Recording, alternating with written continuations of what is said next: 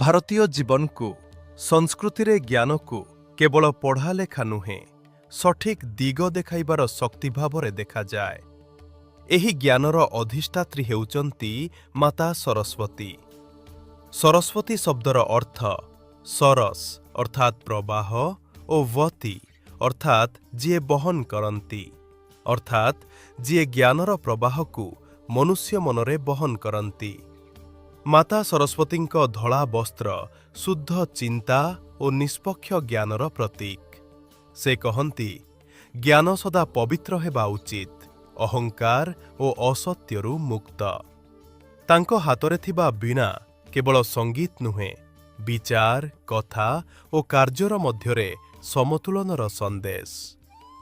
ଯେତେବେଳେ ଜୀବନର ସ୍ୱର ଭୁଲ ହୁଏ, ତେବେ ଜ୍ଞାନ ଆମକୁ ସଠିକ୍ ସ୍ୱରକୁ ଫେରାଇ ଆଣେ।